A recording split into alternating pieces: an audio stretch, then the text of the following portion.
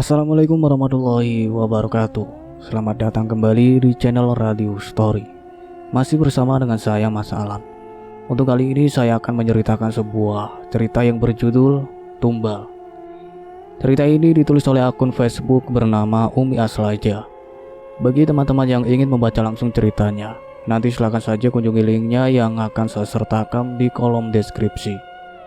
Sebelum kita masuk ke ceritanya, jangan lupa untuk like, komen, subscribe channel ini dan nyalakan juga lonceng notifikasinya agar tidak ketinggalan cerita-cerita dari channel ini. Dan seperti apa ceritanya? Mari kita dengarkan.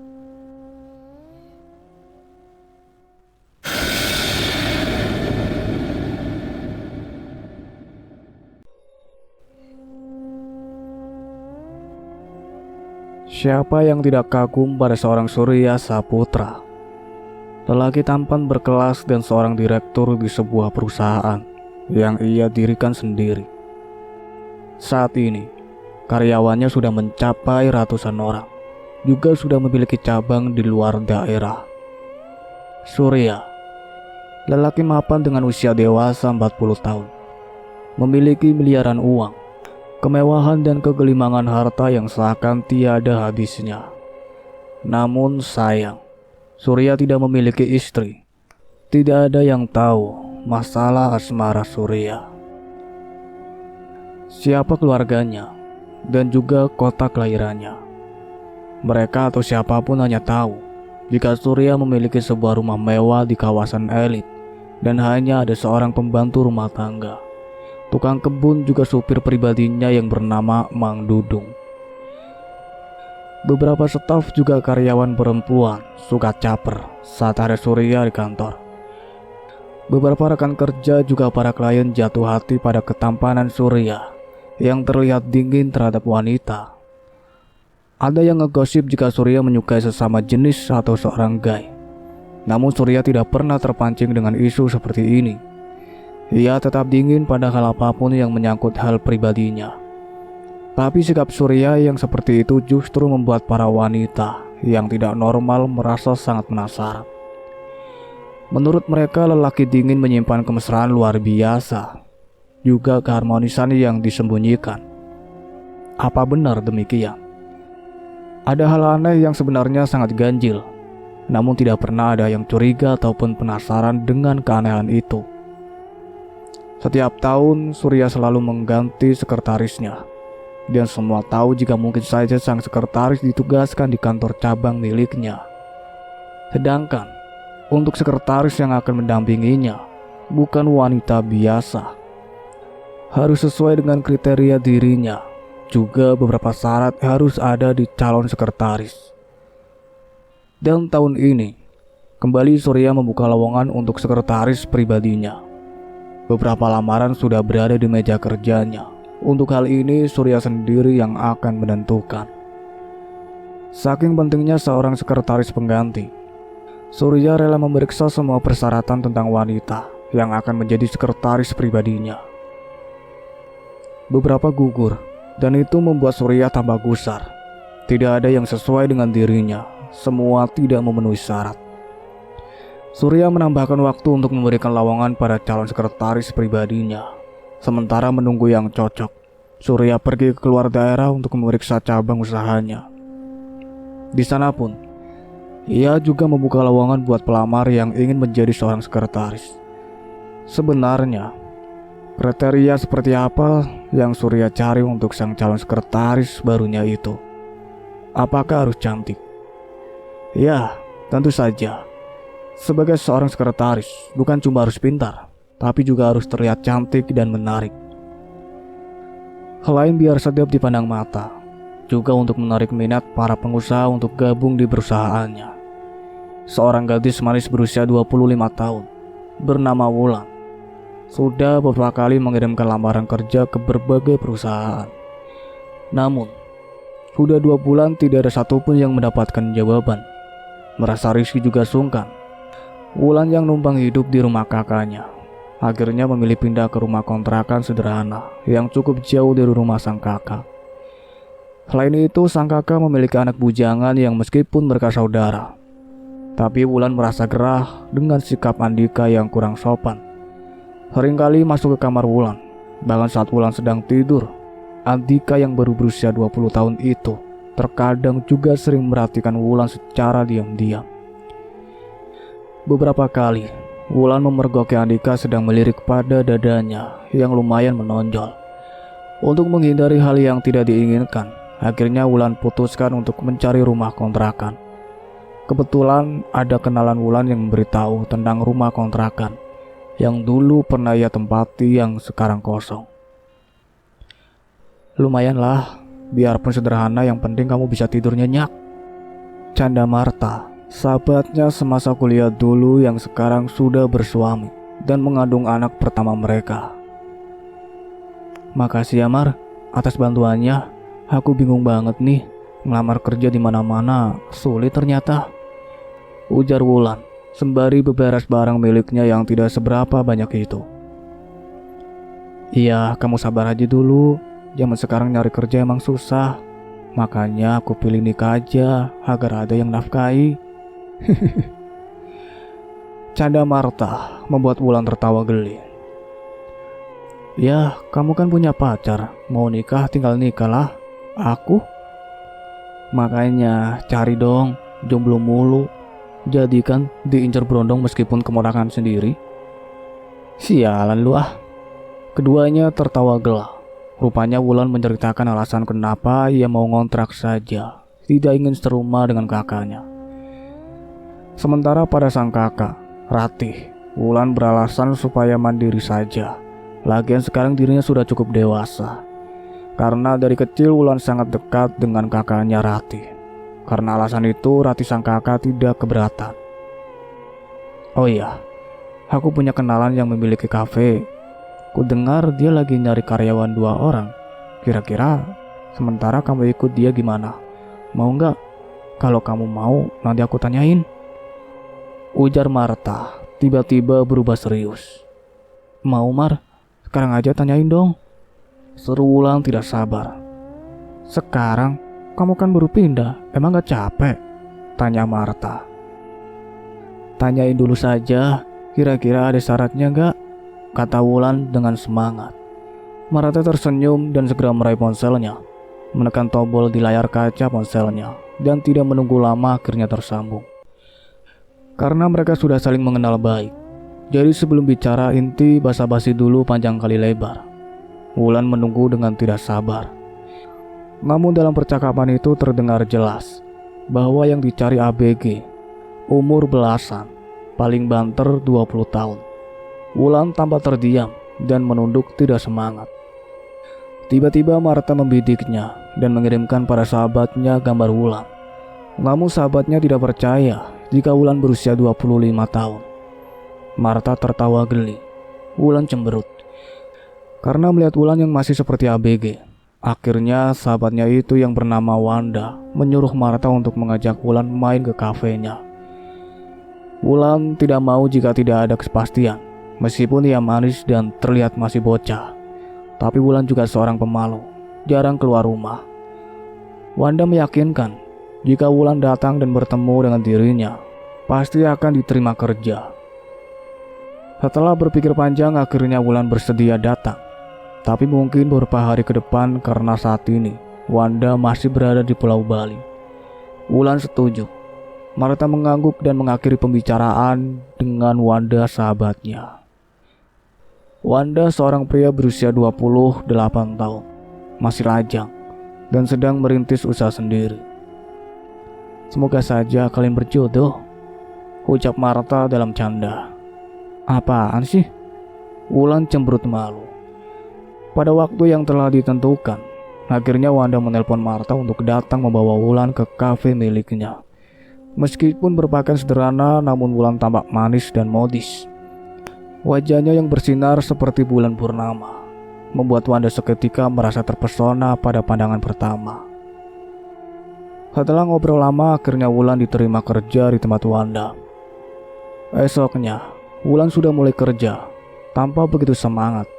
Beberapa karyawan tanpa sabar menjawab jika Wulan bertanya ini itu. Wanda yang ada pertemuan dengan teman bisnisnya tidak bisa menemani Wulan.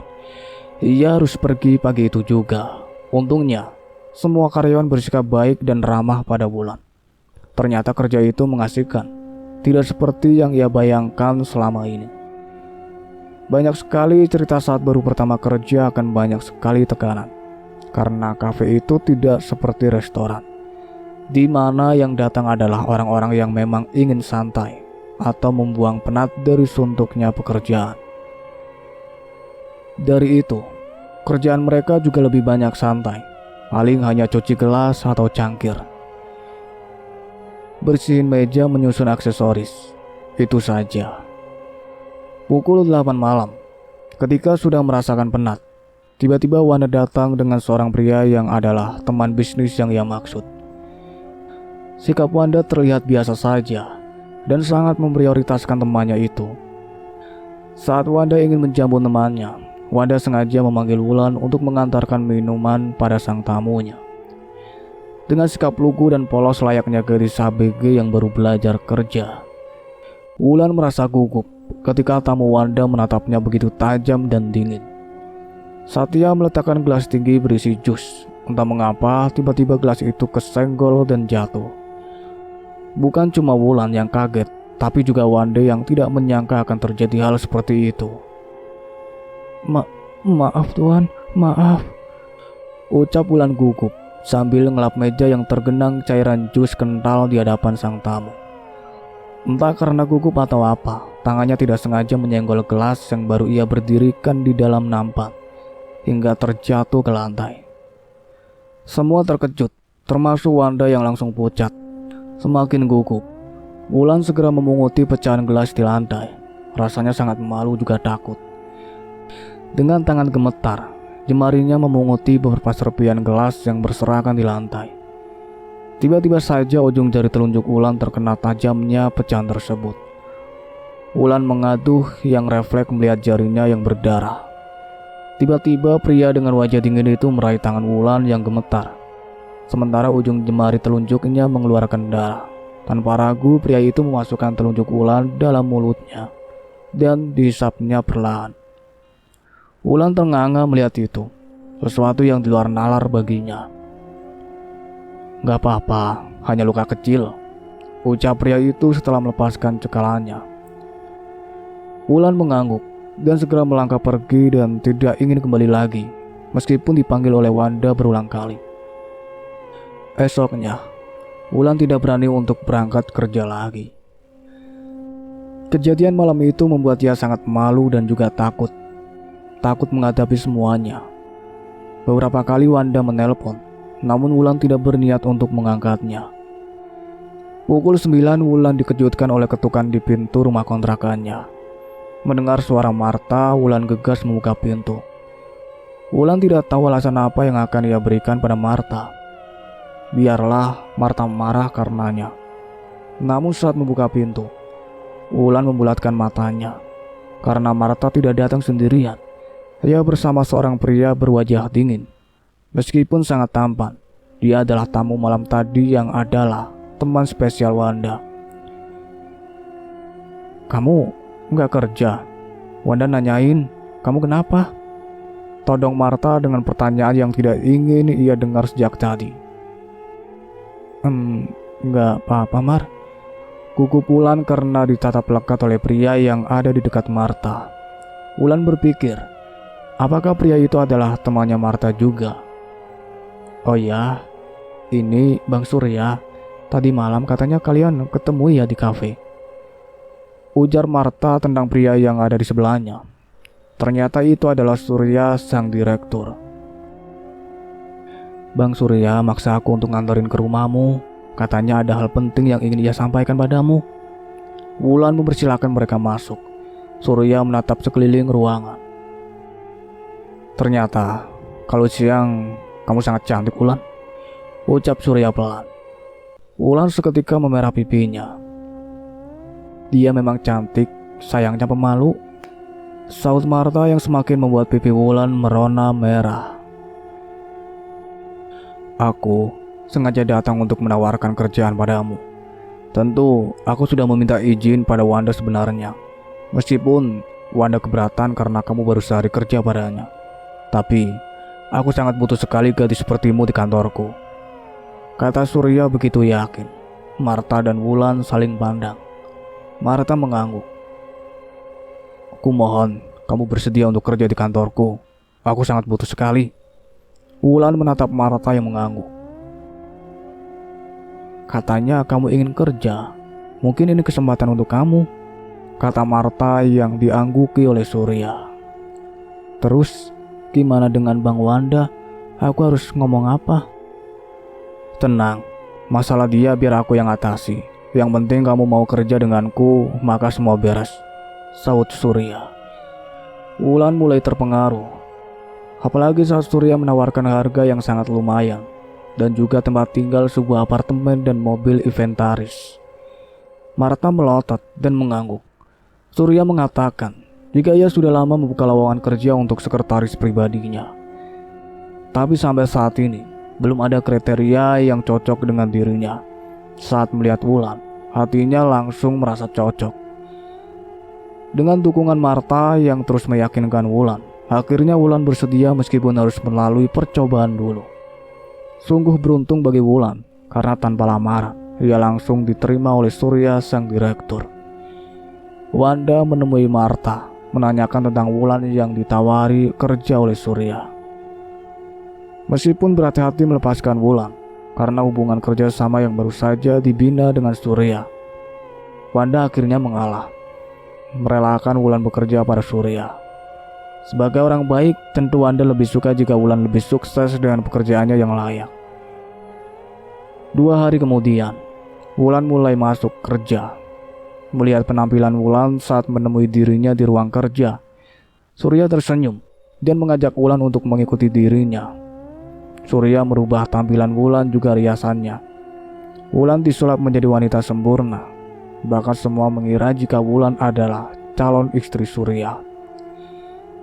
Menurut yang sudah lama bekerja di perusahaan tersebut, semua sekretaris pribadinya Surya pasti mendapatkan perlakuan khusus seperti itu. Jadi mereka tidak merasa heran, meskipun tetap merasa iri karena tidak seberuntung gadis yang terpilih sebagai pendamping Surya, meskipun hanya dalam perusahaan saja. 1 hari, 2 hari, Wulan mulai menikmati pekerjaan yang menurut dirinya tidak begitu sulit untuk dikerjakan. Hanya memeriksa beberapa berkas dan menyusun beberapa file penting setiap hari, tanpa harus ikut bertemu dengan klien seperti yang ia duga sebelumnya. Wulan sering dibawa, namun tidak untuk menemui klien atau para pengusaha, tapi hanya menemani makan malam sang direktur di tempat yang cukup jauh dan juga sunyi. Sepertinya Surya sangat suka keheningan, juga sangat suka menatap wajah sang rembulan.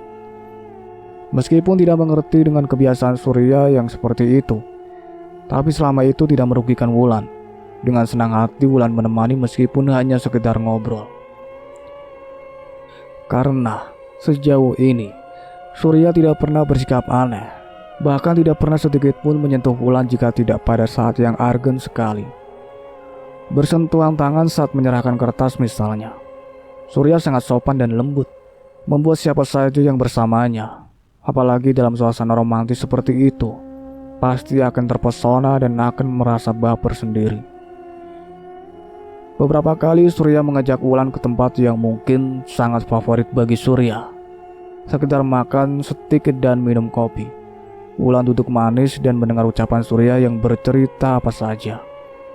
Seperti janji Surya, Wulan saat ini sudah menempati sebuah apartemen yang cukup luas dan mewah.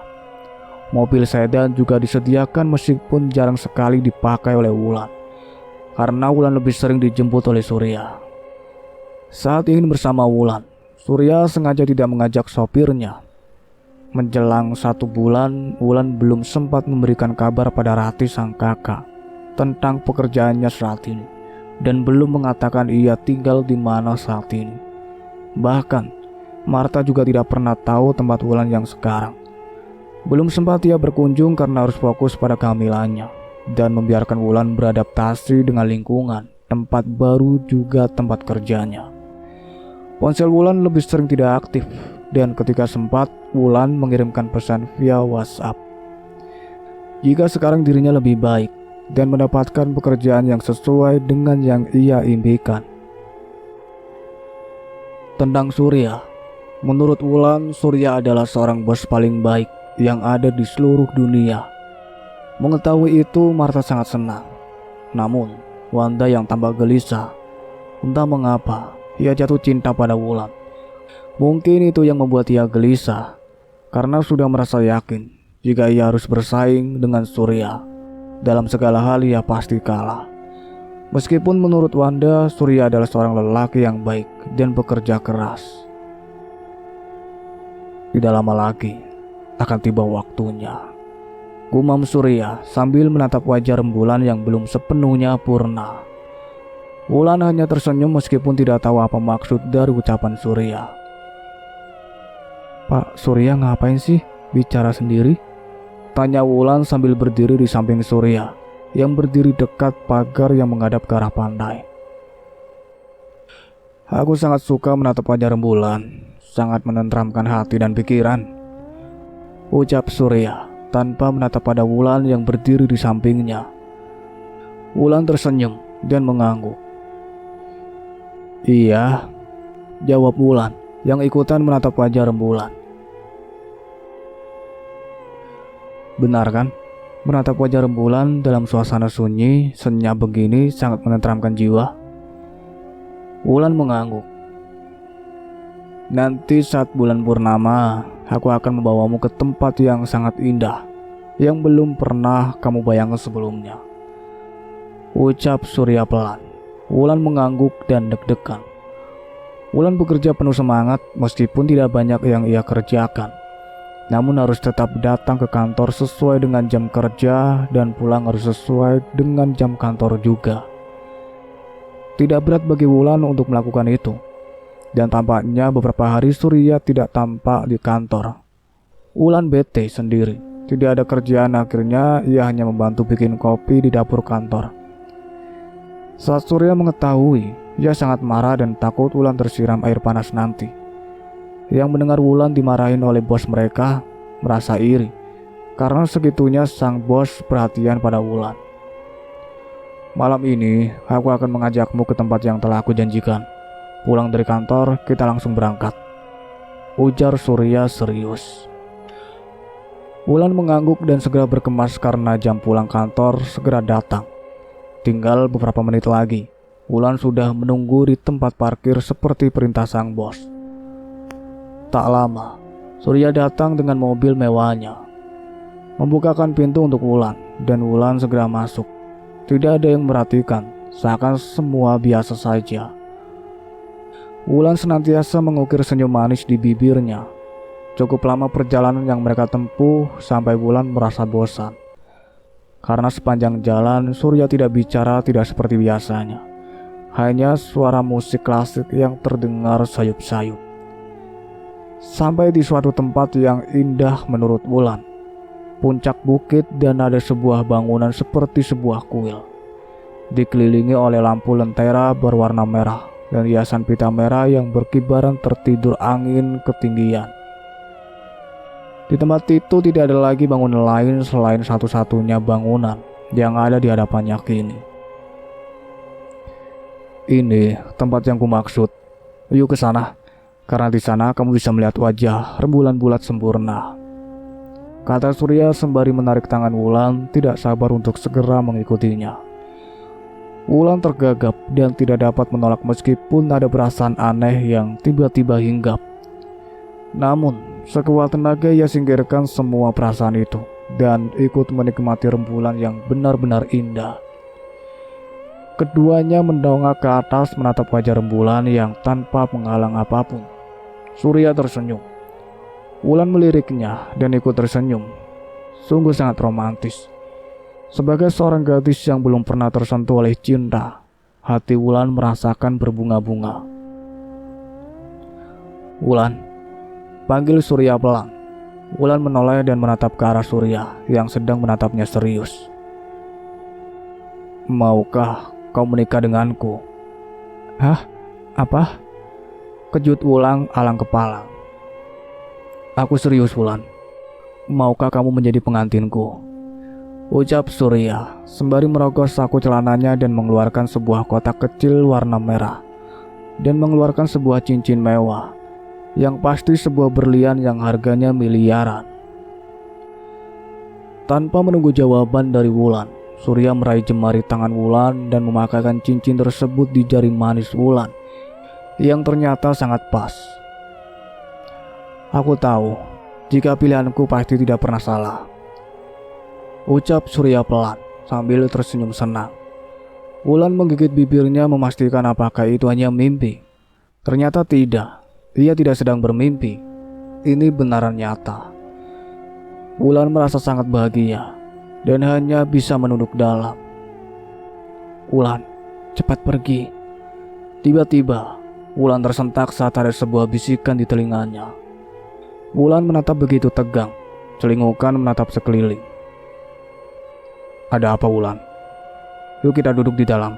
Sepertinya kamu kedinginan. Ajak Surya sambil membimbing tangan Wulan yang kembali hanya nurut saja. Surya mengajak duduk di sebuah kursi yang hanya muat untuk 2 orang seperti kursi pengantin pada zaman dahulu. Aku ambil air minum dulu ya di mobil. Kamu terlihat sangat tegang. Santai aja, aku tidak akan menyakitimu, ujar Surya sembari mengusap kepala Wulan lembut dan segera pergi ke arah mobil untuk mengambil 2 botol air. Cepat pergi Wulan, kamu dalam bahaya. Suara itu terdengar kembali, membuat Wulan semakin gelisah. Bahaya apa maksudnya? Dan siapa yang berbisik padanya? Maaf, aku tinggal sebentar. Ayo kita minum dulu sambil menikmati rembulan yang akan semakin tinggi, kata Surya sambil membuka segel penutup botol. Melihat botol bersegel, Wulan menepis hal yang tidak masuk akal. Segera ia menerima botol yang disodorkan oleh Surya padanya, dan Surya meminum air di botol bagiannya. Minumlah sedikit supaya tidak tegang. Kita nikmati malam ini sambil menatap wajah rembulan, ujar Surya sembari tersenyum. Dengan ragu, Wulan meminum sedikit air baginya. Hanya air tanpa rasa, juga tidak ada yang aneh. Jangan, buang air itu cepat, bisik suara yang membuat Wulan tergagap. Melihat tingkah Wulan yang aneh, Surya duduk semakin dekat. Kamu kenapa? Ada apa? Tanya Surya lembut. Wulan tidak bisa menjawab, hanya terdiam bingung. Tanpa ragu, Surya merangkuh baunya lembut agar Wulan merasa tenang. Terima kasih Wulan. Terima kasih untuk semuanya, ucap Surya pelan. Terima kasih untuk apa, Tuan? Saya tidak pernah berbuat apa-apa. Justru Tuan yang sudah membantu saya sangat banyak, kata Wulan pelan dengan perasaan yang tiba-tiba tidak menentu, karena tiba-tiba saja kepalanya menjadi pusing dan sangat berat. Terima kasih karena kamu telah... Wulan tidak lagi bisa mendengar, rupanya ia sudah tidak sadarkan diri. Surya tersenyum sinis dan segera membopong tubuh Wulan, membawanya ke dalam mobil yang saat mengambil air minum tadi, sengaja bagasinya tidak ia tutup kembali. Tubuh Wulan ia baringkan di dalam bagasi mobilnya. Setelah tersenyum penuh arti, Surya segera menutup pintu bagasi dan ia segera masuk ke dalam mobil, lalu membawa mobilnya menuju ke sebuah tempat yang tidak seorang pun tahu kecuali dirinya. Tubuh Wulan terguncang saat mobil memasuki jalan menanjak yang sangat sempit dan hanya bisa dilalui oleh sebuah mobil saja. Tempat yang sesungguhnya sangat megah, tapi menyimpan nuansa seram karena terlihat gelap gulita. Setelah memarkirkan mobilnya di halaman, Surya segera membuka bagasi dan membopong tubuh Wulan kembali untuk dibawanya ke dalam rumah tersebut. Rumah dengan desain yang aneh, yang ternyata di dalam rumah tersebut hanya ada sebuah ranjang berukuran besar dan terlihat sangat mewah, laksanakan ranjang seorang raja. Di sanalah tubuh Wulan direbahkan dengan sangat hati-hati. Surya kembali menatap wajah Wulan yang saat ini seakan telah pasrah, mau ia apakan. Tersenyum mengusap pipi Wulan yang begitu lembut laksana pantat bayi.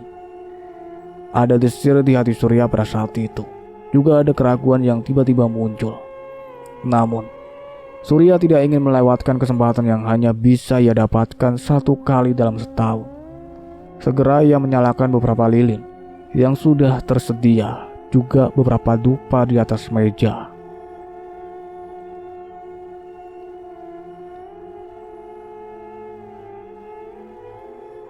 Cukup sekian ceritanya sampai di sini. Nantikan kelanjutan ceritanya. Saya akhiri. Wassalamualaikum warahmatullahi wabarakatuh.